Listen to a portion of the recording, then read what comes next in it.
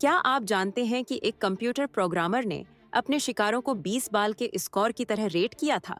Randy craft ने 6971 से 83 तक कैलिफोर्निया में 67 से ज्यादा नौजवानों को कत्ल किया। वो हज हाइकर्स और फौजी एहलकारों को निशाना बनाता था। पहले उन्हें मंशियात देकर बेहोश करता, फिर तशद्दुद करता। उसकी गाड़ी में एक खफिया स्कोर कार्ड मिला जिसमें 60 से ज्यादा एंट्रीज थीं। सिर्फ वही इन मुखफ़्फ़ात को समझ सकता था। हर शिकार की तस्वीर लेता और यादगारें रखता था। दिन में आम कंप्यूटर प्रोग्रामर, रात में कातिल। एक मामूली ट्रैफिक चेकिंग में पकड़ा गया जब उसकी गाड़ी में ताज़ा शिकार मौजूद था। पुलिस ने उसके खफिया कोड्स को डिकोड करने में महीने लगाए।